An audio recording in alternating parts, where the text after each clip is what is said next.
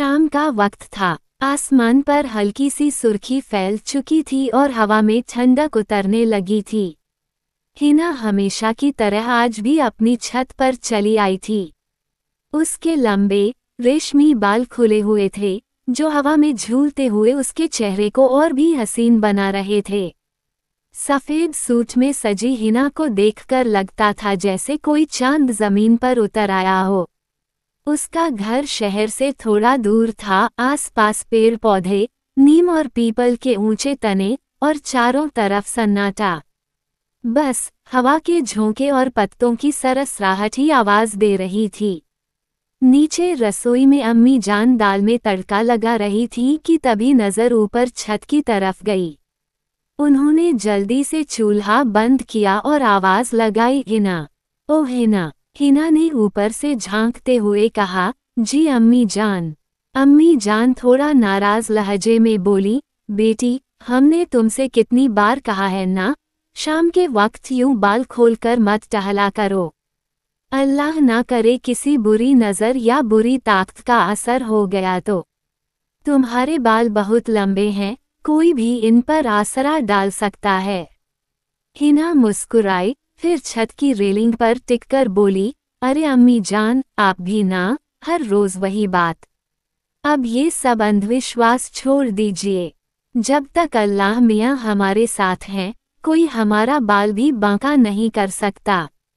उसकी अम्मी जान ने सिर हिलाया और बोली, हिना तुम जवान हो गई हो, औरत की जिंदगी में कुछ बातों का ख्याल रखना पड़ता है। हर चीज मजाक नहीं होती बेटी। हिना हंसते हुए बोलती है, अम्मी जान मैं बस थोड़ी देर में आती हूँ।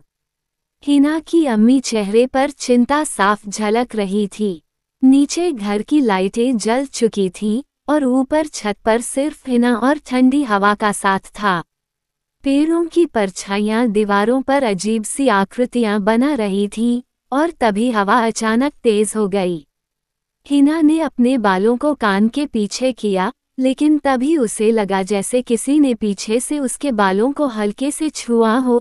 वो जल्दी से पलटकर देखती है, पीछे कोई नहीं था, बस हवा थी जो उसकी जुल्फों से खेल रही थी। थोड़ी देर तक वो वहीं खड़ी रही, फिर झट से नीचे आ गई। कमरे में जाकर किताब उठाए और पढ़ने लगी, पर दिल कहीं और अटका हुआ था। रात गहराने लगी थी। बाहर गली में अजान की गूंज सुनाई देने लगी थी। तभी उसके अब्बू जान और भाई जान घर लौट आए। सब लोग थोड़ी देर बाद साथ में खाना खाने बैठे, लेकिन हिना की थाली जस की तस पड़ी थी। उसकी अम्मी उससे पूछती हैं, क्या हुआ बेटी, आज तो तेरे पसंद का खाना बनाया है बिरयानी, फिर आप क्यों नहीं खा रही। हिना ने धीमे लहजे में बोलती हैं, दिल नहीं कर रहा अम्मी जान, बस नींद सी आ रही है। उसकी अम्मी ने उसके सिर पर हाथ फेरते हुए कहा, अच्छा तो जा बेटी आराम कर ले, मैं खाना ढक के रख देती हूँ, आधी रात को भूख लगे तो गर्मा के खा लेना। जी अम्मी जान, कहकर हिना अपने कमरे में चली गई। कमरा अंधेरे में डूबा था। उसने लाइट बंद की और बिस्तर पर लेट गई। वो फिर कुछ ही देर में वो एक अजीब से ख्वाब में चली गई। ख्वाब में सामने धुंध थी। उस धुंध के बीच एक शख्स खड़ा था, सफेद कुर्ता पायजामा पहने हुए। उसकी पीठ हिना की तरफ थी। हिना ने कांपती आवाज में पूछा, कौन हो तुम। वो शख्स धीरे धीरे पलटा, उसका चेहरा रोशनी में उभरा। उसके तेज नयन नक्श थे, गहरी काली आंखें और होठों पर रहस्यमयी मुस्कान थी। हिना, मैं तुम्हें बहुत वक्त से देख रहा हूँ।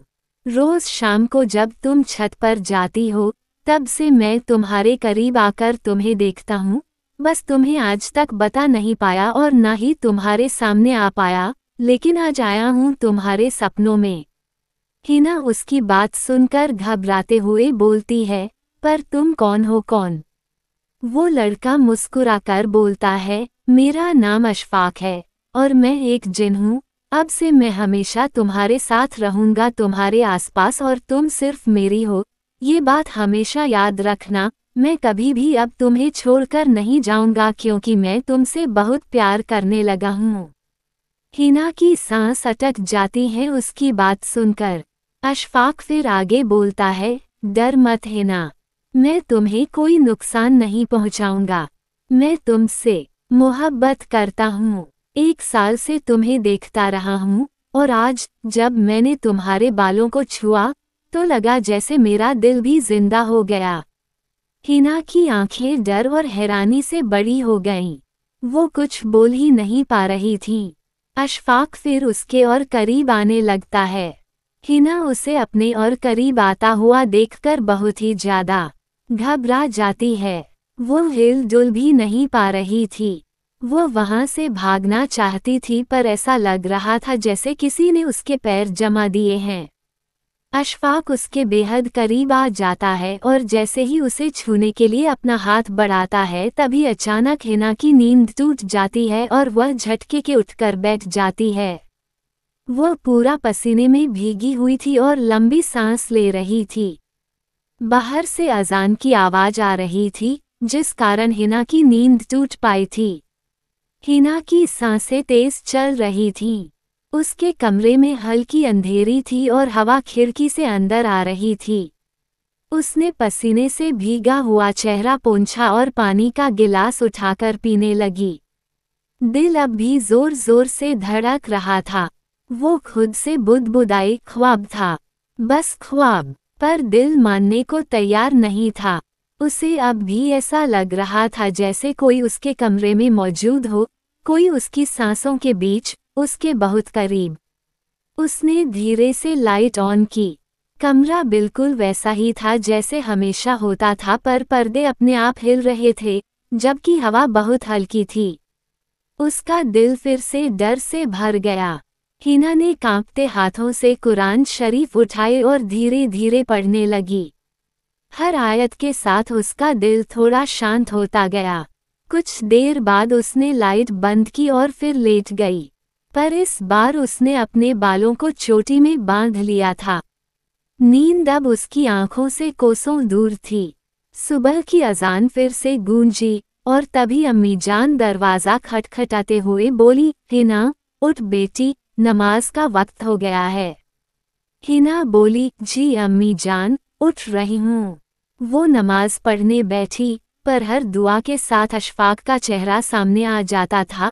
वो चेहरा, वो मुस्कान, वो काली आंखें। उसने सिर झटककर खुद को संभाला। नहीं, मुझे ऐसे ख्याल नहीं लाने चाहिए। दिन बीता, लेकिन हिना पूरे दिन चुप रही। ना किसी से बात की, ना मुस्कुराई। अब्बू जान ने भी नोटिस किया, बेटी, तू ठीक तो है? कुछ परेशान लग रही है।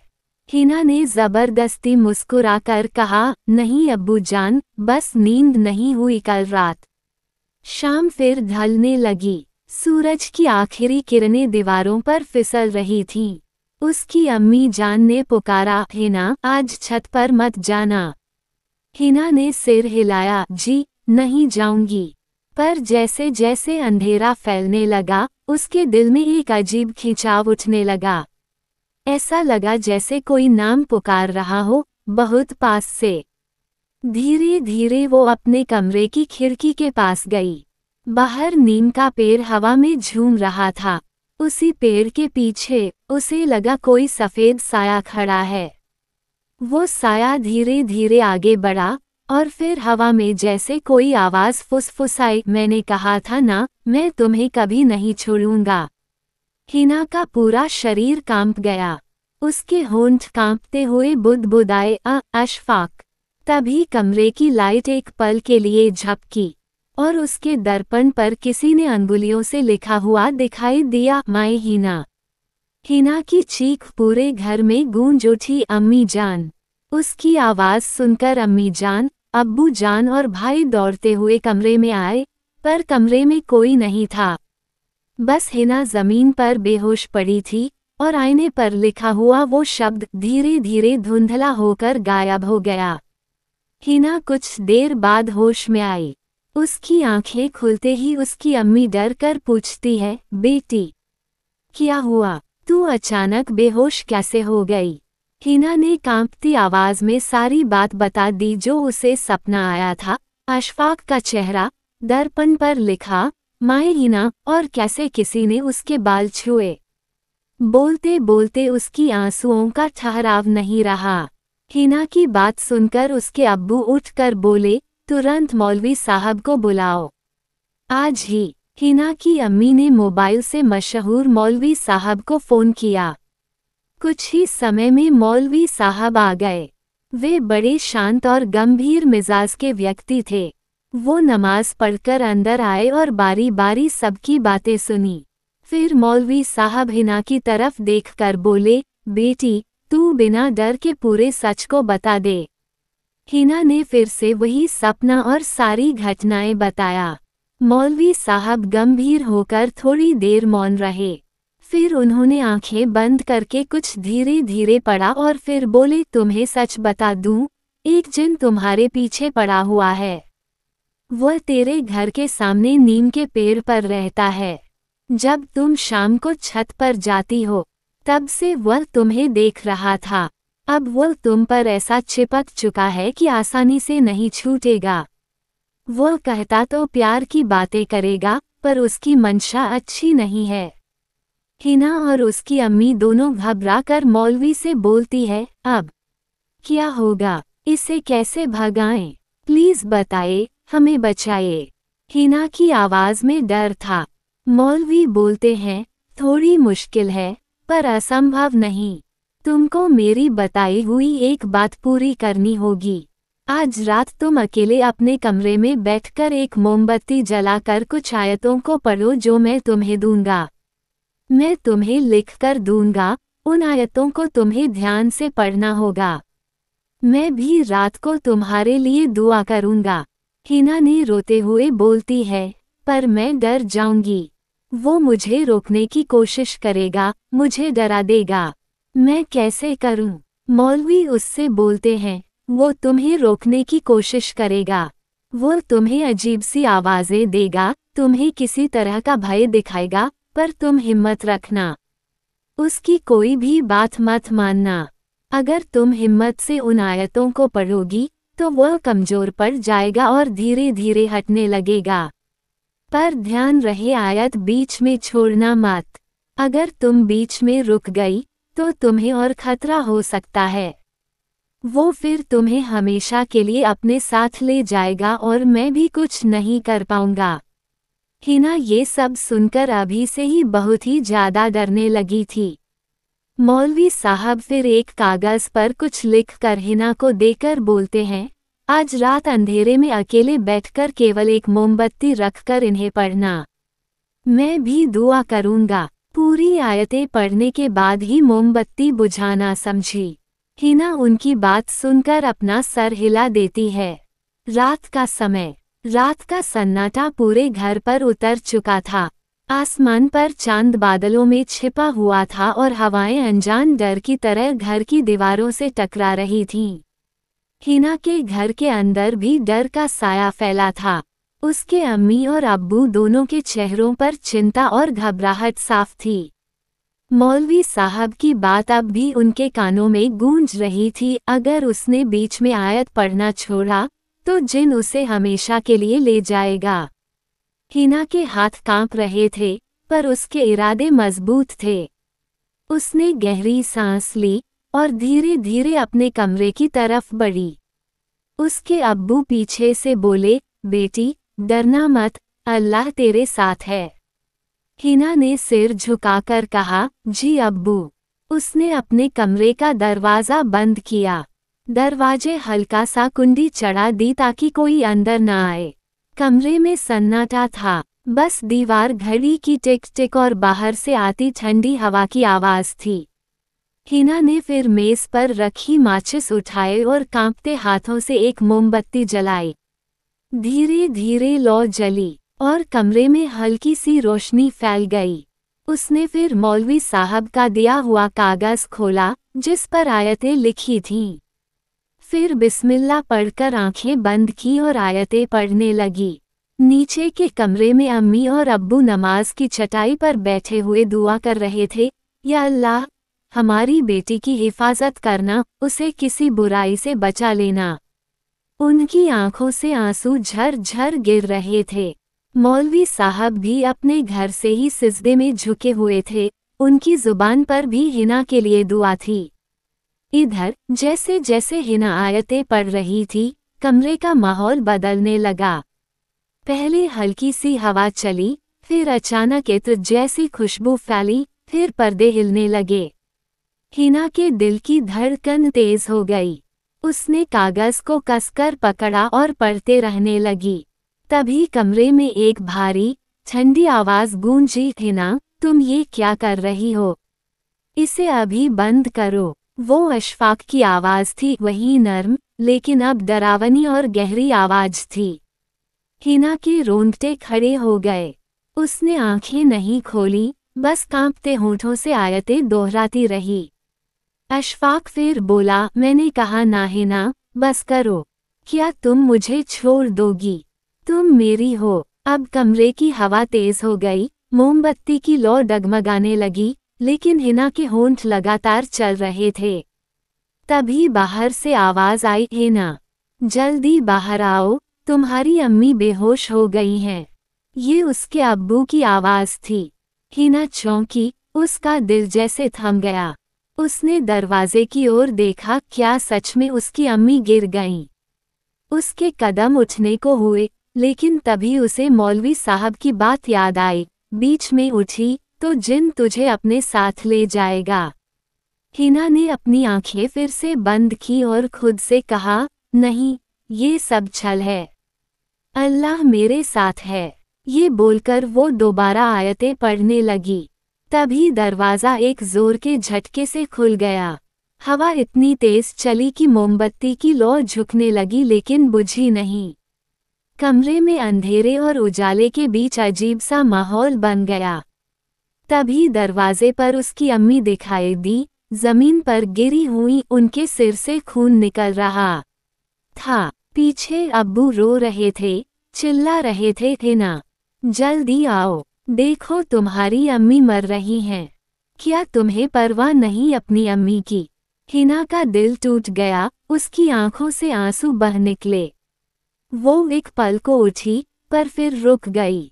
उसने जमीन पर बैठते हुए कागज को छाती से लगाया और बोली, नहीं, ये सब झूठ है, तू चाहे कुछ भी कर ले, मैं नहीं रुकूंगी। उसकी आवाज कांप रही थी, पर इरादा पहाड़ सा था। वो फिर जोर जोर से आयतें पढ़ने लगी, हर शब्द में ताकत थी, हर लफ्ज में ईमान था। जैसे जैसे वह पढ़ती गई, दरवाजे पर दिखता वह मंजर धुंधला पड़ने लगा।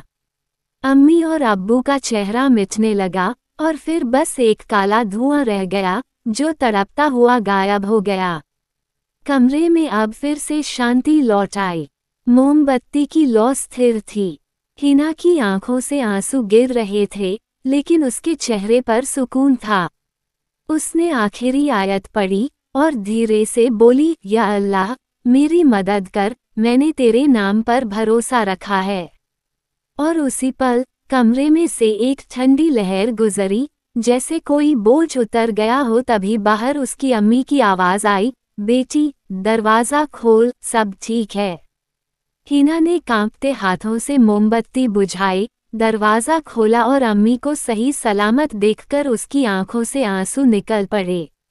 उस रात सबको समझ में आ गया कि हिना सिर्फ एक खूबसूरत लड़की नहीं थी, वो ईमान, हिम्मत और यकीन की मिसाल थी, जिसने डर पर जीत हासिल की थी और जिन पर नहीं, अपने अल्लाह पर भरोसा किया था। उस दिन के बाद से हिना की जिंदगी पूरी तरह से बदल गई।